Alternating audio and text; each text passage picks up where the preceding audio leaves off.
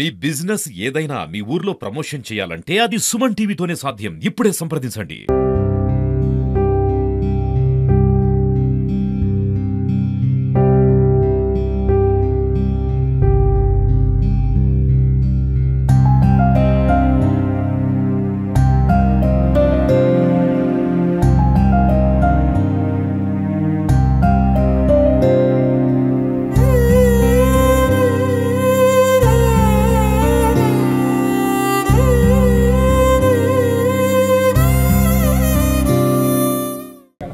అందరికీ నమస్కారాలు.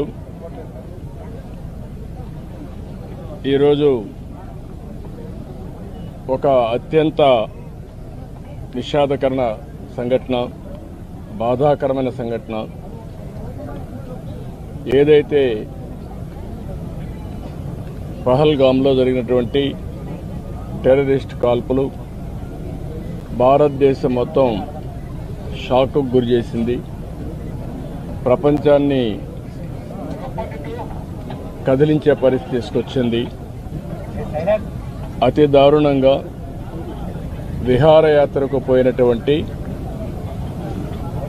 యాత్రికుల పైన విచక్షణారహితంగా కాల్పులు చేయడం, అది కూడా ఇప్పుడే చంద్రమౌళి గారితో అక్కడ ఉన్న వ్యక్తి, ప్రత్యక్ష సాక్షి శశిధర్ గారు వచ్చారు.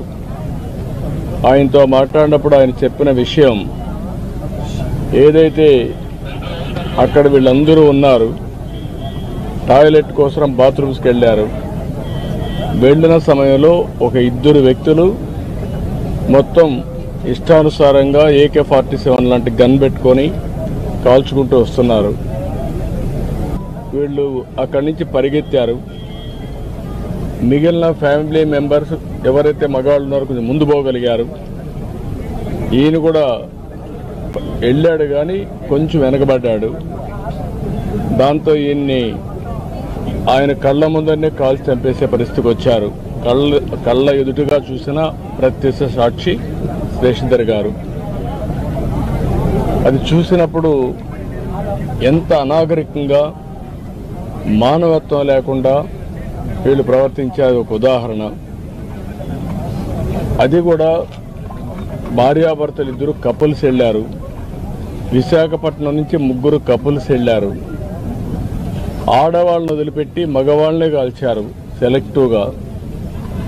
అదే మరి ఇవన్నీ చూస్తే ఒక టార్గెటెడ్గా కావాలని చేశారు తప్ప ఇంకోటి కాదు. ఇది ఆర్గనైజ్డ్గా కూడా వెల్ ఆర్గనైజ్డ్గా చేశారు. గడిచిన 3-4 సంవత్సరాలుగా అక్కడ ఎలాంటి గొడవలు లేకుండా ప్రశాంతంగా ఉంది. మళ్ళీ అక్కడ అభివృద్ధి జరుగుతూ ఉంది. అదే మరి అక్కడ ఉపాధి కానీ పెద్ద ఎత్తున అనేక కార్యక్రమాలకు నాంది పలికే పరిస్థితి వచ్చింది. కాశ్మీర్ అంటే భారతదేశంలో ప్రతి ఒక్కరికి కూడా ఒక అనుసంధానం ఉంది. ఇది ఒక సుందరమైన ప్రాంతం, మన దేశంలో అత్యంత ముఖ్యమైన ప్రాంతం అనే అభిప్రాయం అందరిలో ఉంది.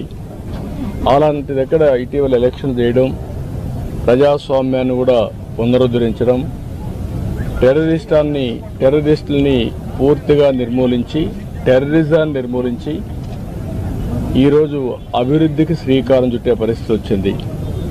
అలాంటి సమయంలో ఇలాంటి సంఘటన జరగడం చాలా బాధాకరం. దీన్ని భారతదేశంలో ఉండే ప్రతి ఒక్కరు కూడా తీవ్రంగా ఖండించాల్సిన అవసరం ఉంది. ఇలాంటి టెర్రరిస్టులు భారతదేశాన్ని ఏమీ చేయలేవు. భారతదేశంలో ఒక సుస్థిరమైన ప్రభుత్వం ఉంది, సమర్థవంతమైన నాయకత్వం ఉంది, ధీటుగా ఎదుర్కొనే శక్తి సామర్థ్యాలు కలిగిన ప్రభుత్వం. అలాంటి కేంద్ర ప్రభుత్వంలో ఉండే ఈ ప్రభుత్వం మీద ఇలాంటి చిన్న చిన్న సంఘటనలతో ఏదో కావాలని డిస్ట్రాక్ట్ చేయాలని ప్రయత్నం చేయడం, ఇది వాళ్ళ అవివేకం తప్ప ఇంకోటి కాదు. ఏది ఏమైనా ఇలాంటి క్లిష్ట పరిస్థితులు వచ్చినప్పుడు దేశం అంతా కూడా సమైక్యంగా నిలబడాల్సిన అవసరం ఉంది.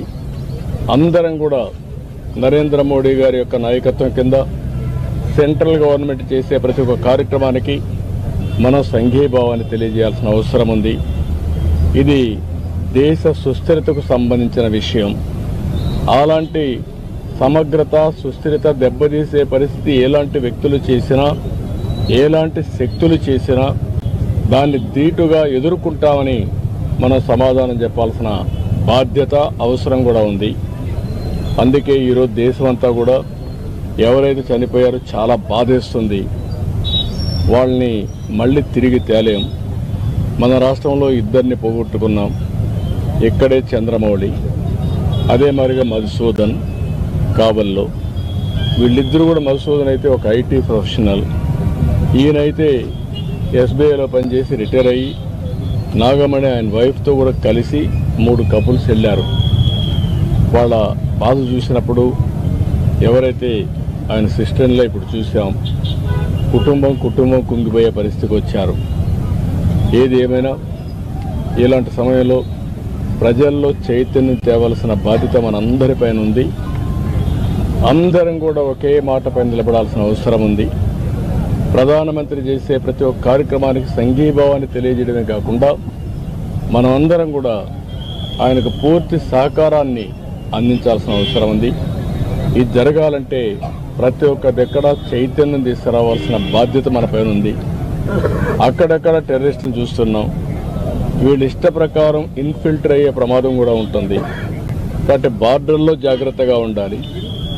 ఎప్పటికప్పుడు ఏదైనా డౌట్స్ ఉంటే అలాంటి వ్యక్తులపైన మనం కూడా నిఘా వేయాల్సిన బాధ్యత కూడా ఉంటుంది.